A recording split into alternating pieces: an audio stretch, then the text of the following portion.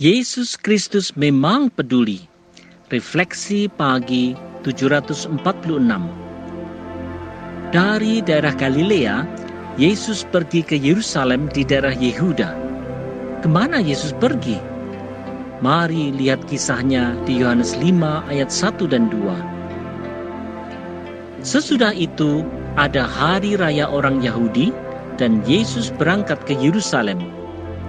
Di Yerusalem, dekat pintu gerbang domba, ada sebuah kolam yang dalam bahasa Ibrani disebut Betesda. Ada 5 serambinya. Saudara-saudara, setelah perjalanan berhari-hari dari Galilea, Yesus menjadikan kolam Betesda sebagai tempat pertama yang dikunjunginya di Yerusalem. Betesda, yang berarti rumah belas kasihan, adalah memang tempat pengharapan bagi orang yang menderita. Tak heran, Yesus Kristus, Sang Pembawa Fajar Pengharapan, memulai pelayanannya di tempat itu. Yesus Kristus memang peduli. Saudara-saudara, dalam pelayanannya, Yesus Kristus selalu menunjukkan kepeduliannya kepada orang yang lemah, sakit, dan menderita. Hati Yesus yang penuh dengan belas kasihan menyebabkan dia selalu sensitif terhadap kebutuhan orang, baik kebutuhan jasmani maupun kebutuhan rohani. Yesuslah Sang Betesda Agung, yaitu Sang Rumah Belas Kasihan, di mana semua orang dapat mencari perlindungan dari segala kekhawatiran dan segala persoalan hidup. Karena Yesus peduli, maka orang yang mau datang kepadanya dan percaya kepadanya pasti tidak akan ditolaknya. Oleh sebab itu, marilah kita selalu datang kepada Kristus dengan tanpa ragu. Belas kasihan Allah pasti tercurah dengan limpahnya pada kita semua.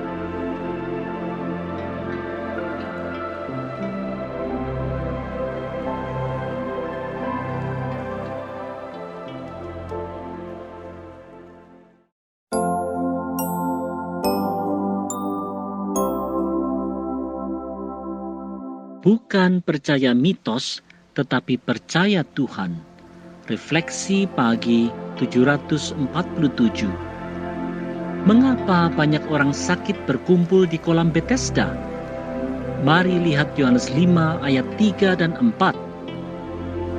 Dan di serambi-serambi itu berbaring sejumlah besar orang sakit, orang-orang buta, orang-orang timpang, dan orang-orang lumpuh yang menantikan goncangan air kolam itu.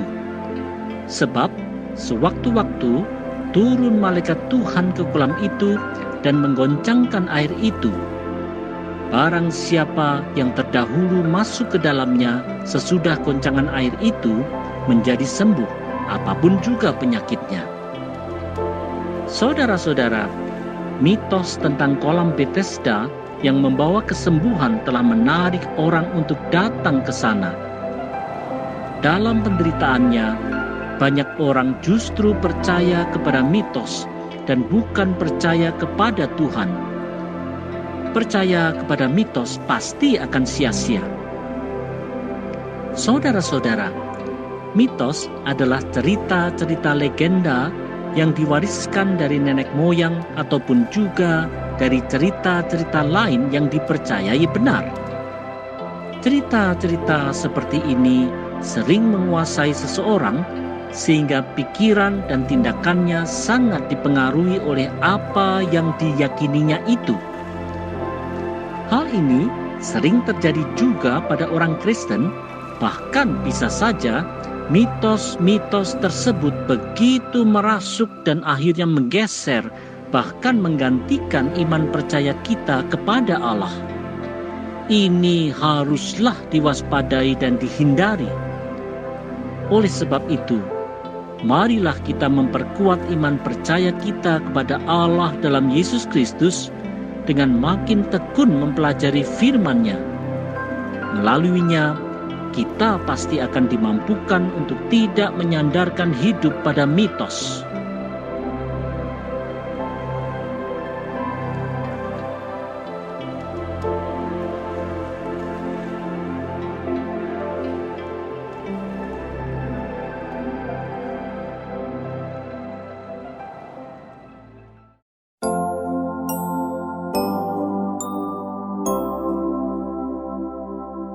anugerah yang diberikan tanpa syarat iman.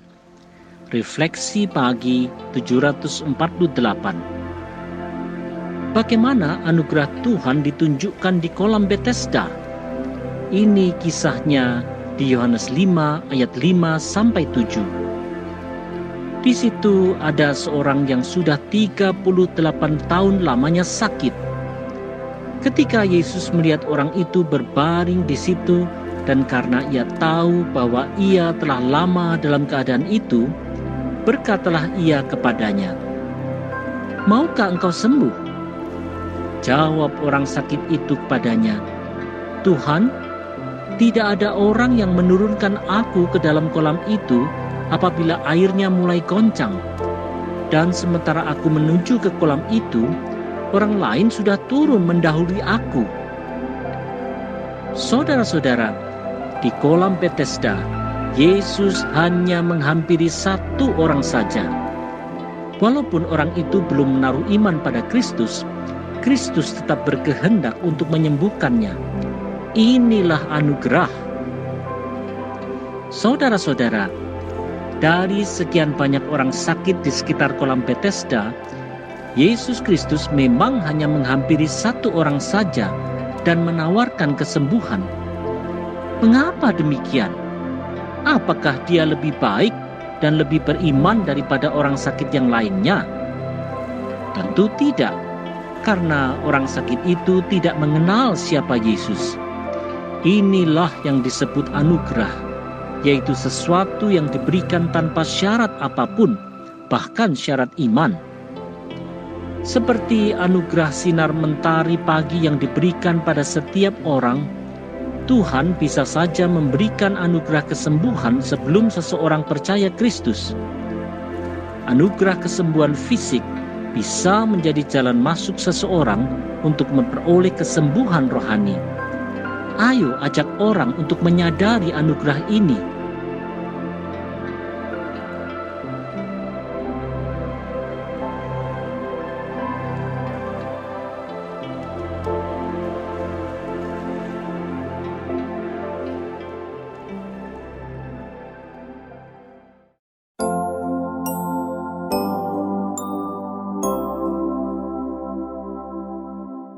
Bukan sekedar manusia biasa saja. Refleksi pagi 749.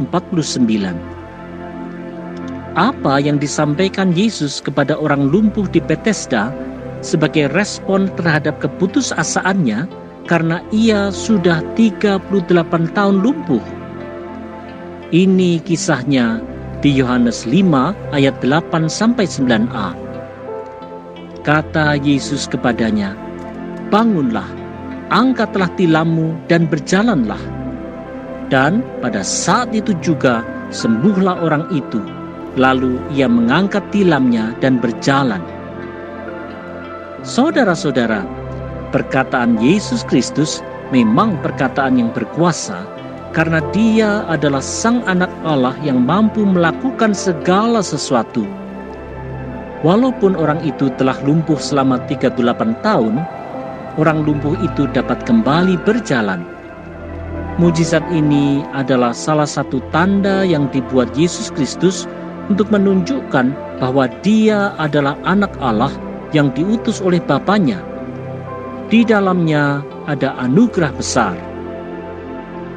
Saudara-saudara, ada orang yang menganggap bahwa Yesus hanyalah seorang guru agung yang menyampaikan ajaran-ajaran etis yang baik dan bermanfaat untuk sebuah kehidupan yang damai.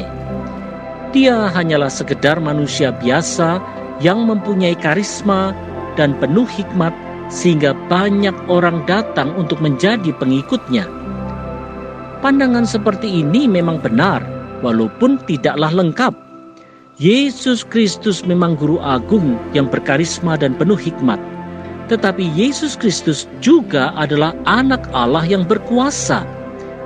Di dalam keilahiannya itu, tidak ada perkara yang terlalu sulit dan mustahil baginya bila Kristus menghendakinya. Oleh sebab itu, marilah kita menaruh harap hanya kepada Kristus saja. Mari kita makin setia mengikutinya.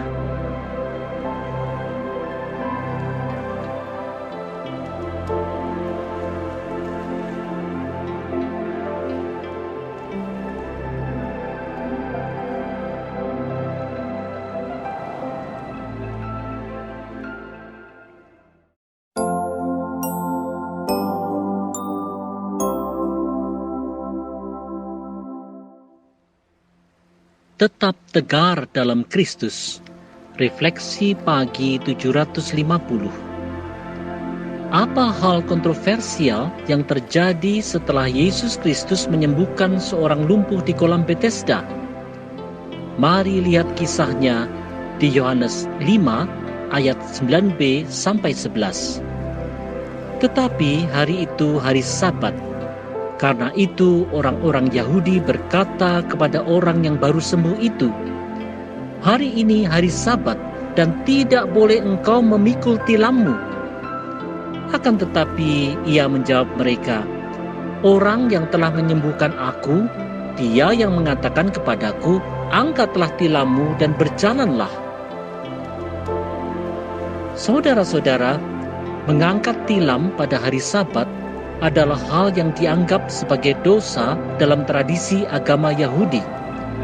Meskipun demikian, perkataan Yesus Kristus yang dipercayai dan ditaati oleh orang lumpuh itu mengatasi segala tradisi agama karena Kristus adalah Tuhan yang harus ditaati. Saudara-saudara, apa keyakinan kita sebagai umat Allah tentang siapa Kristus itu? Apakah kita meyakini bahwa Kristus adalah Tuhan yang harus ditaati? Atau apakah sebenarnya iman Kristen kita hanya semata-mata berdasarkan tradisi dari sekitar kita saja? Atau apakah kita telah mempersempit kekristenan kita hanya dalam kaitan dengan liburan panjang di sekitar hari Natal saja? Apakah kemudian kekristenan kita hanya kekristenan tradisi saja? Tentu seharusnya tidak demikian. Setiap orang Kristen harus tahu dan yakin bahwa Yesus Kristus adalah Tuhan, Sang Anak Allah yang berkuasa atas segala sesuatu di dunia ini. Oleh sebab itu, marilah kita perteguh iman percaya kita pada Yesus Kristus. Janganlah mudah goyah. Tegarlah.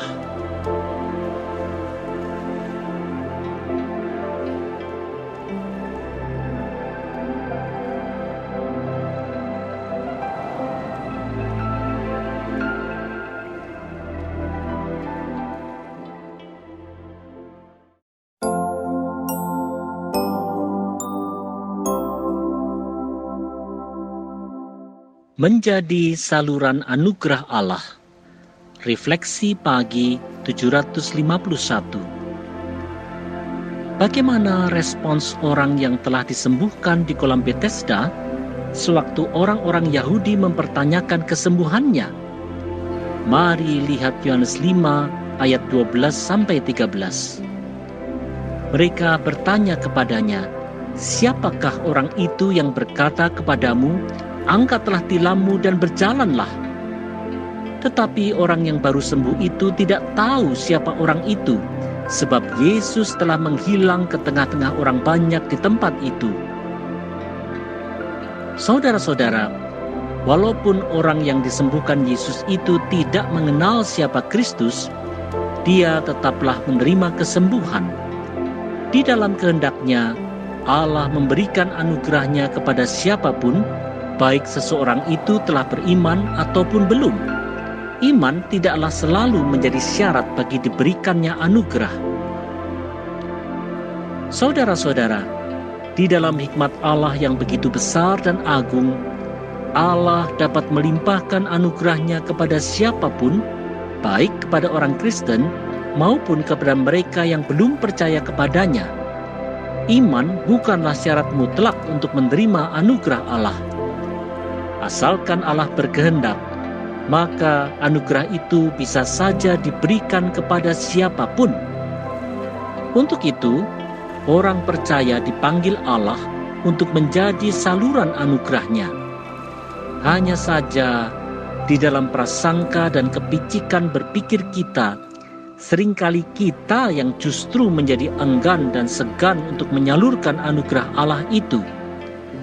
Oleh sebab itu, bila Tuhan Allah telah berkehendak, marilah kita belajar untuk menaatinya, untuk menjadi saluran anugerah bagi semua.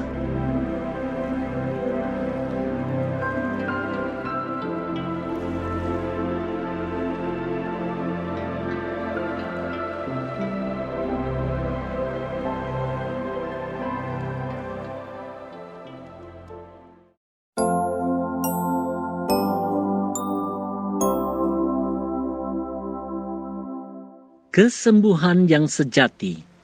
Refleksi pagi 752. Setelah orang lumpuh itu disembuhkan Yesus di kolam Bethesda, ia pergi ke bait Allah. Apa yang terjadi? Mari lihat kisahnya di Yohanes 5 ayat 14. Kemudian Yesus bertemu dengan dia dalam bait Allah, lalu berkata kepadanya, "Engkau telah sembuh, jangan berbuat dosa lagi, supaya padamu jangan terjadi yang lebih buruk." Saudara-saudara, dalam kegembiraan hatinya karena ia telah sembuh, orang yang dulunya lumpuh itu pergi mengucap syukur ke bait Allah dan bertemu Yesus. Nasihat Yesus yang mengajak ia untuk hidup benar adalah merupakan nasihat terbaik bagi hidup manusia.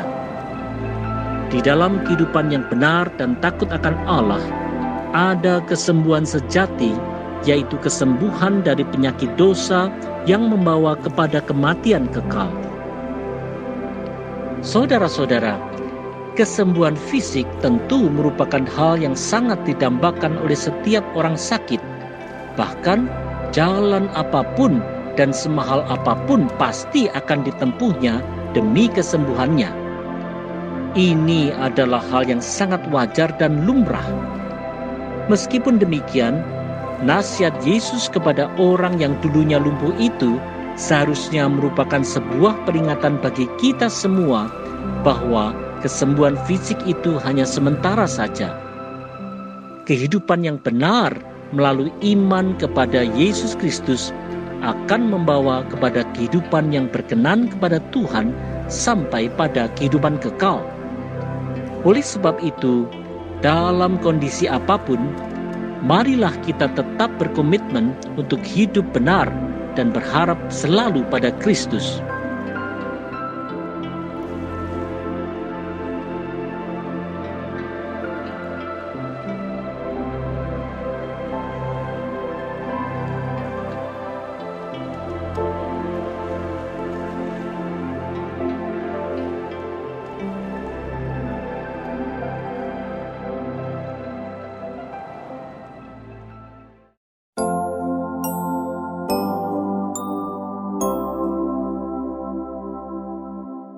Membawa belas kasihan Allah bagi dunia. Refleksi pagi 753. Apa yang dilakukan orang yang dulunya lumpuh itu setelah ia bertemu Yesus di bait Allah? Mari lihat kisahnya di Yohanes 5 ayat 15 sampai 17. Orang itu keluar lalu menceritakan kepada orang-orang Yahudi bahwa Yesuslah yang telah menyembuhkan dia. Dan karena itu, orang-orang Yahudi berusaha menganiaya Yesus karena ia melakukan hal-hal itu pada hari Sabat. Tetapi ia berkata kepada mereka, "Bapakku bekerja sampai sekarang, maka aku pun bekerja juga." Saudara-saudara, kesaksian orang yang disembuhkan Yesus itu justru memicu kemarahan orang Yahudi kepada Yesus.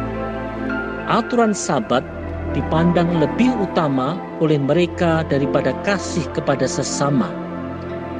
Seperti Allah Bapa, Yesus terus berkarya menunjukkan keagungan akan belas kasihan ilahi. Saudara-saudara, di dalam lingkungan Kristen, Seringkali ritual keagamaan bisa menjadi lebih utama dibandingkan kasih kepada sesama. Seperti orang Yahudi yang marah karena ritual Sabat dilanggar, orang Kristen bisa saja marah dan jengkel karena dilanggarnya suatu ritual Kristen.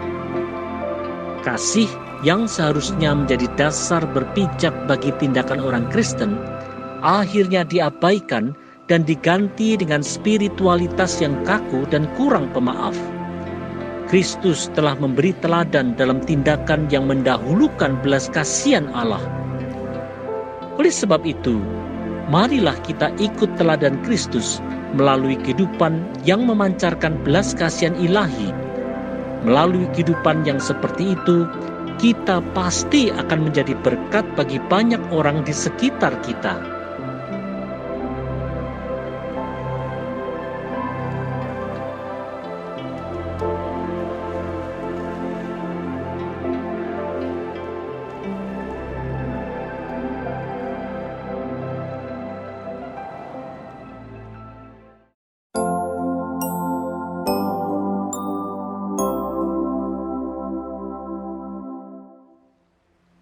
Yesuslah Sang Anak Allah. Refleksi pagi 754. Apa dampak perkataan Yesus kepada orang Yahudi yang telah menuduhnya melanggar hukum Sabat? Ini kisahnya di Yohanes 5 ayat 18.